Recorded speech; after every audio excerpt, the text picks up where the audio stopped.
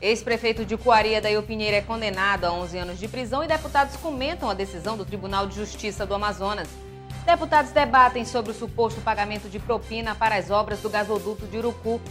CPI da pedofilia vai ouvir vereador suspeito de aliciar menores no município de Apuí e as vítimas. E ainda, parlamentares do Congresso apresentam 80 emendas para mudar a lei de diretrizes orçamentárias.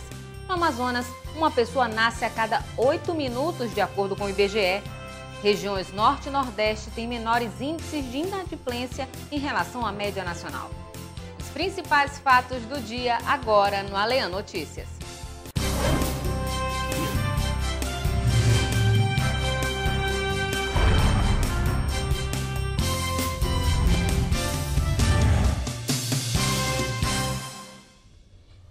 Boa noite. Mais de 11 anos de reclusão e ainda a prestação de serviços comunitários. Esse é o resultado do julgamento de 2 processos do ex-prefeito de Coari, Adail Pinheiro, no Tribunal de Justiça do Amazonas. Na Assembleia, alguns parlamentares afirmaram que a condenação foi uma vitória da sociedade e que Coari será um divisor de águas nos crimes de pedofilia. Condenado a 11 anos de reclusão por favorecimento de exploração sexual de crianças e adolescentes e a 1 ano e 2 meses de prestação de serviços comunitários por contratação irregular de servidores públicos, Adail Pinheiro perdeu o cargo de prefeito de Coari. A decisão foi tomada pelo Tribunal de Justiça do Estado. A análise na Justiça de casos envolvendo a prática de pedofilia no Estado foi tema de debate na Assembleia Legislativa. O deputado Luiz Castro, um dos membros da CPI da pedofilia da Alean, defende a aplicação exemplar da lei nestes casos. Que Coari seja um divisor de águas. Daqui para frente, pessoas tomem mais cuidado. Os pedófilos tenham medo. Hoje, quem tem medo é vítima, é testemunha, é até deputado. Ou os senhores acham que eu não tenho medo? Eu tenho medo também, eu sou um ser humano. E nós sabemos que mexemos com algo muito perigoso, que tem tentáculos muito fortes, proteções muito fortes. E nós precisamos simplesmente que o judiciário cumpra o seu dever. Já o deputado José Ricardo cobrou prioridade na análise de processos que envolvam a violência e abuso contra crianças e adolescentes. Para o petista, a demora nos julgamentos muitas vezes leva à impunidade. Deveria ter agilidade nesses julgamentos. Aliás, é o que nós estamos falando aqui já há muito tempo. E vou repetir de novo, o poder público é o primeiro a desrespeitar a lei. Porque a lei diz, em relação à criança e adolescente, prioridade absoluta. Como outra lei, que é o Estatuto do Idoso, fala em relação aos idosos, prioridade absoluta. Ora, esses processos deveriam correr não na palavra segredo de justiça, correr usando as palavras da lei. Prioridade absoluta, que é isso que a sociedade espera. Prioridade absoluta para tudo e vamos julgar primeiro esses casos. A suposta prática de pedofilia por um vereador no interior do estado também foi debatida na Alean. E a CPI da pedofilia vai ouvir o vereador suspeito de aliciar menores no município de Apuí. Além do parlamentar, as vítimas que formalizaram a denúncia também devem ser ouvidas no mesmo dia. A reunião está marcada para o próximo dia 28.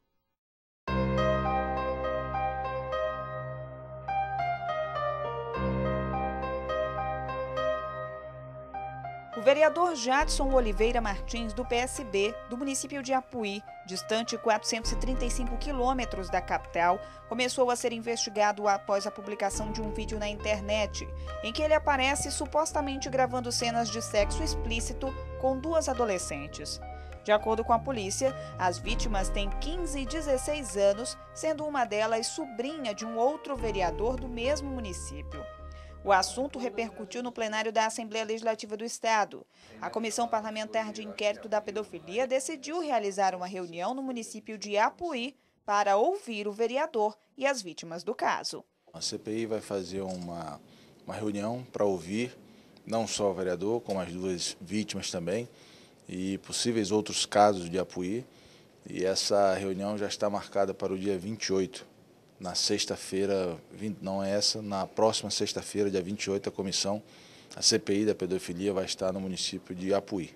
O presidente da CPI da pedofilia, o deputado Abdallah Frache, afirmou que a casa recebeu a informação de que a Câmara Municipal do município de Apuí já abriu uma CPI para investigar o caso. O parlamentar informou que os membros da comissão devem também fazer visitas a outros municípios do interior. Desta vez, o primeiro a ser visitado será Altazes no dia 1º de dezembro para apurar novas denúncias.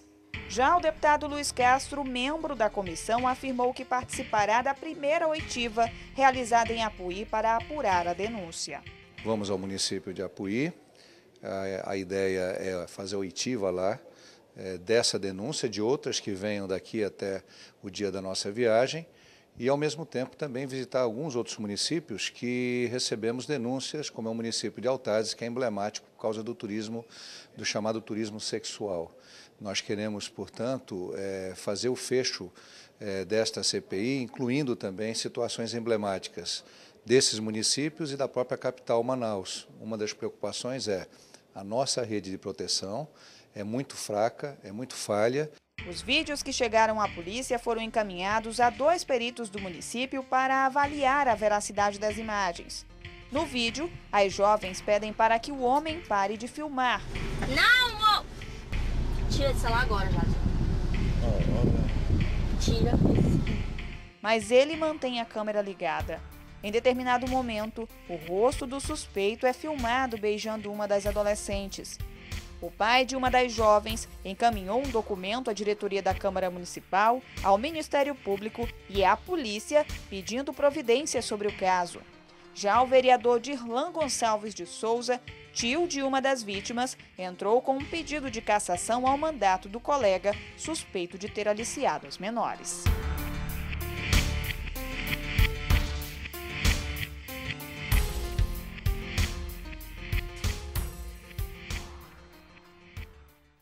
O suposto pagamento de propina para as obras do gasoduto de Urucu, citado na Operação Lava Jato, foi tema de pronunciamentos na Assembleia Legislativa. Foi o deputado pelo PROS, Sidney Leite, que trouxe o tema à tribuna. O parlamentar lembrou que desde o primeiro ano de mandato mostrava preocupação com o setor energético do Amazonas. Me chamou muito a atenção que uma obra que teve N prorrogações de prazo, né, e depois de custo, porque a obra estava projetada inicialmente para o investimento de aproximadamente 2 bilhões de reais, ou um pouco mais do que isso, em torno de US$1 bilhão, e ela gastou praticamente o dobro. E que em 2009 ela foi entregue, né? Mas nós vimos as placas na cidade, as comemorações, inclusive com fotos de políticos. Mas que, na realidade, nós só viemos ter energia a partir do gás de Urucu agora.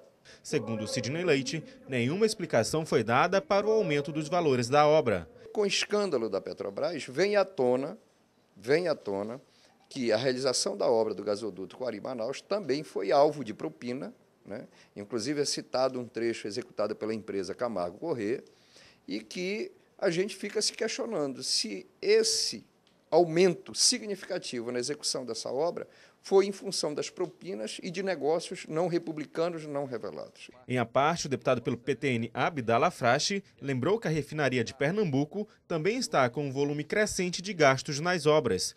Quero colocar a pior de todas, que é a refinaria de Pernambuco.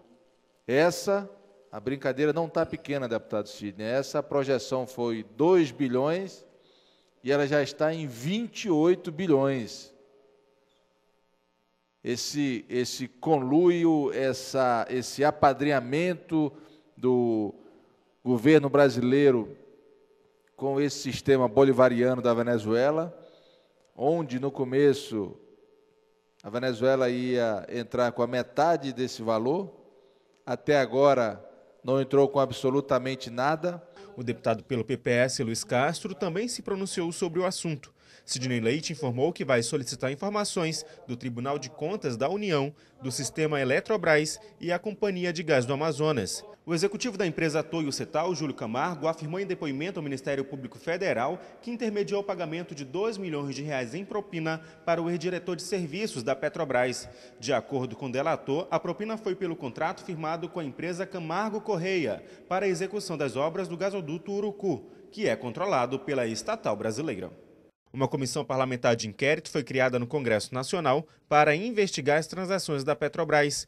No mês de março, a Polícia Federal instaurou a Operação Lava Jato, que fez uma série de prisões para desmontar um esquema de lavagem de dinheiro na Petrobras, que movimentou aproximadamente 10 bilhões de reais.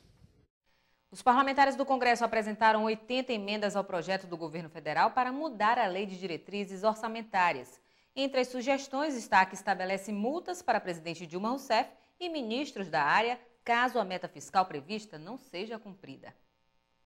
Deputados e senadores apresentaram 80 emendas ao projeto do governo que retira o limite de abatimento da meta fiscal da Lei de Diretrizes Orçamentárias LDO de 2014.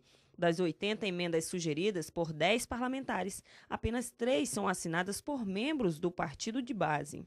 Entre as sugestões que o relator do projeto, senador Romero Jucá, irá analisar estão medidas como despesas empenhadas, mas não pagas dentro do exercício financeiro pelo governo, a que estabelece multas para a presidente Dilma Rousseff e ministros da área no caso do não cumprimento da meta prevista, além das que não possuem relação direta com a proposta do governo, como a que estabelece que os repasses de transferências federais aos estados, municípios e distritais deste ano sejam feitos até 20 de dezembro e a que determina que os recursos para a infraestrutura de escolas tenham como prioridade a reforma e recuperação das unidades já existentes, ao invés da construção de novas.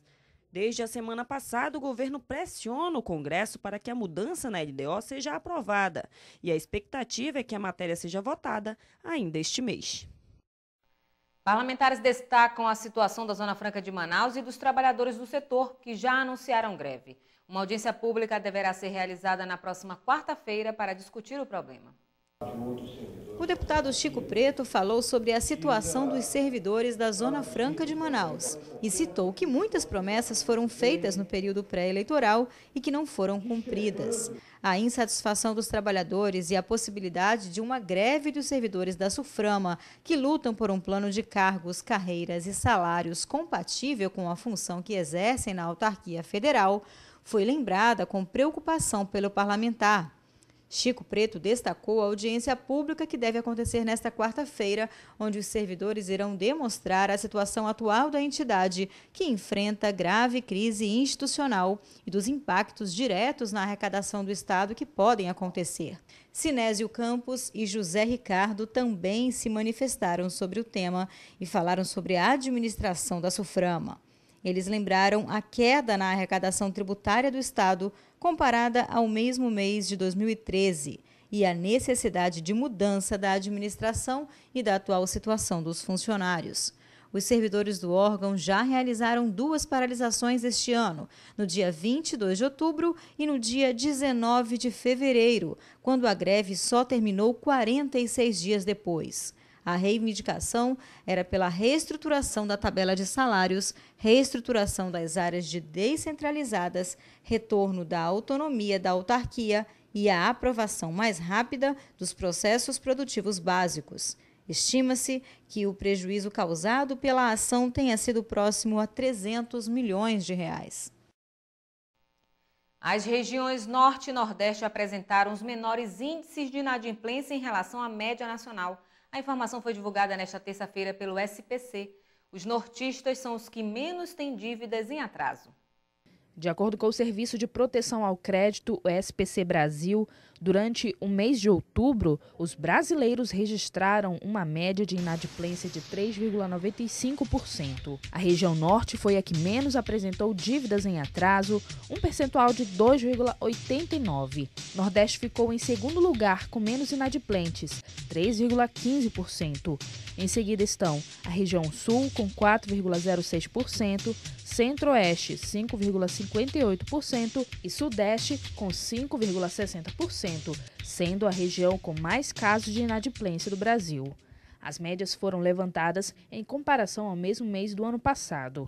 Em outra representação elaborada pelo SPC, a região Sudeste também possui a maior participação junto ao total de consumidores com dívidas atrasadas no Brasil, totalizando 40,34%. Em seguida está a região Nordeste com 25,93%, região Sul com 12,96%, Norte com 8,81% e Centro-Oeste com 7,84%. Uma pessoa nasce a cada 8 minutos no Amazonas. E o deputado Chico Preto propõe a implantação de um polo de desenvolvimento tecnológico no estado. Essas e outras notícias no próximo bloco. Em casa, no carro ou no trabalho, você também pode acompanhar as atividades da Assembleia Legislativa através da rádio Alean.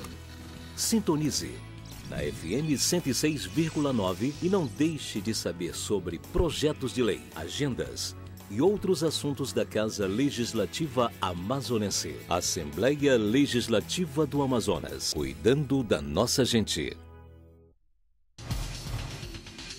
Quer saber mais sobre o que está acontecendo na Assembleia Legislativa? Acompanhe seu deputado também pelo site, onde você encontra a agenda de eventos, notícias do parlamento e muito mais. Acesse www.ali.am.gov.br. Assembleia Legislativa, cuidando da nossa gente.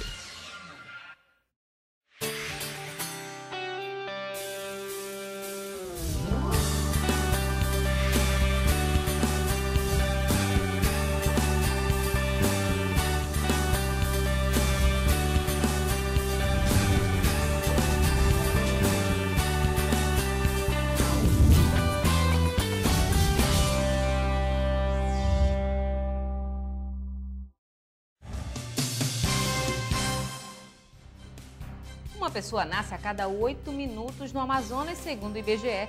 Até 2030, a população do estado deve chegar a 4.700.000 pessoas, conforme a projeção do Instituto. A cada 8 minutos e 9 segundos, em média, uma pessoa nasce no Amazonas, segundo o Instituto Brasileiro de Geografia e Estatística, o IBGE. A projeção populacional do estado é divulgada em tempo real no site do Instituto. Na evolução dos grupos, 31,96% da população no estado é de jovens de 10 a 14 anos. 64,32% de população economicamente ativa tem de 15 a 64 anos de idade e 3,72% são idosos. Na distribuição percentual de homens e mulheres, 50,52% são homens e 49,48% mulheres. Até 2030, a população do estado deve chegar ao número de 4.728.027, conforme projeção do Instituto. A projeção para a taxa bruta de natalidade para 2014 é de 20,92. As estimativas para 2030 são de 13,85. Em relação à taxa bruta de mortalidade, as projeções marcam 4,99 a cada 1.000 habitantes em 2014. Em 2030, o número poderá chegar a 5,78. A expectativa de vida para quem nasce no Amazonas é de 68 anos. No Brasil, a expectativa é de 74 anos. Todos os dados estão disponíveis no site www.ibge.gov.br. A implantação de um polo de desenvolvimento tecnológico no estado foi a proposta apresentada pelo deputado Chico Preto para o crescimento da região. Segundo o parlamentar, uma iniciativa deste tipo pode gerar mais empregos e atrair empresas para o Amazonas.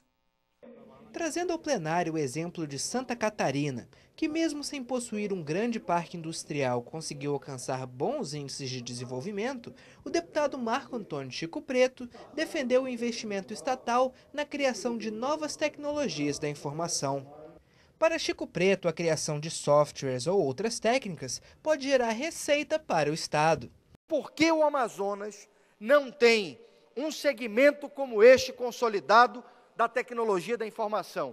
Por que o Amazonas não tem um programa Geração Tech, como tem Santa Catarina? Por que o Amazonas não qualificou nos últimos anos pelo menos 2.500 jovens no campo da tecnologia da informação, gerando novos empregos e induzindo a abertura de novas empresas?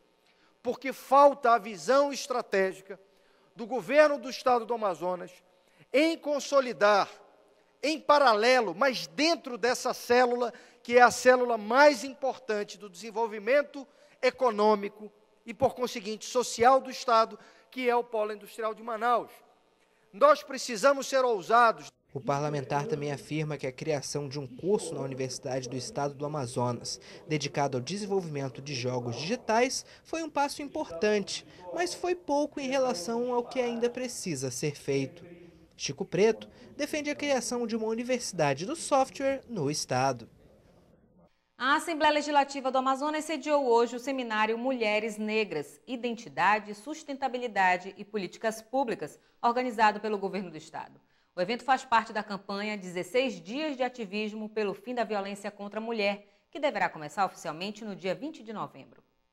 Discutir políticas públicas voltadas à afirmação das mulheres negras na sociedade. Esse foi o objetivo do seminário Mulheres Negras, Identidade, Sustentabilidade e Políticas Públicas. O evento foi realizado pela Secretaria Executiva de Políticas Públicas para as Mulheres, do Governo do Amazonas. De acordo com Arlete Anchieta, assistente social e palestrante do dia, o Amazonas obteve avanços importantes nas políticas de inserção social e proteção às mulheres.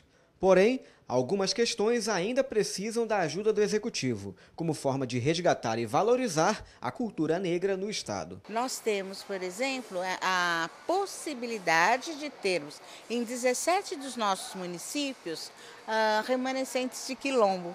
A sociedade civil não tem como fazer este levantamento. Se nós tivéssemos um órgão específico, isto poderia ser algo que estaria dentro das nossas necessidades. Uma coisa que nós temos enquanto lei e que ainda não conseguimos implementar são as cotas da Universidade do Amazonas, por exemplo, que é um espaço que nem chega a ser sonhado pelo menino pobre da periferia. Tá? E isto é algo que nós temos ainda que caminhar e trabalhar. O espaço para a realização do evento foi cedido por meio da Comissão das Mulheres e das Famílias, presidida pela deputada Conceição Sampaio. Mais de 500 pessoas participaram de forma presencial e virtual do primeiro Congresso Amazônico de Gestores Públicos. O evento, realizado pelo Tribunal de Contas do Estado, debate até amanhã formas de modernização e o aumento de produtividade no serviço público. Durante os 2 dias de evento, gestores da capital e do interior do estado vão discutir como implementar um modelo de gestão pública mais eficiente que atenda aos requisitos determinados pela Lei de Transparência. O evento foi realizado no auditório do TCE. Segundo o conselheiro do órgão, Érico Desterro, é necessário que todos os gestores públicos tenham uma nova consciência na administração dos recursos. Nós estamos propondo uma discussão ampla sobre a gestão na administração pública, os novos conceitos de gestão aplicáveis à administração pública, ideia de governança.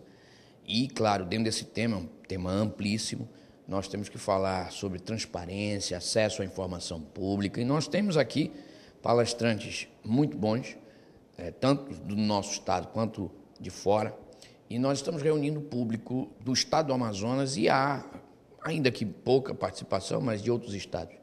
O nosso público-alvo são os gestores da administração pública estadual e municipais. Para alcançar um maior número de pessoas, as palestras também estão sendo retransmitidas para 9 municípios do interior, totalizando um público de mais de 500 gestores. Mais difícil, com peculiaridades, né, com aspectos diferentes que devem ser enfrentados de maneira diferente e a esses aspectos dar soluções diferenciadas também. Por isso, a necessidade de nós trocarmos ideias, propormos o debate.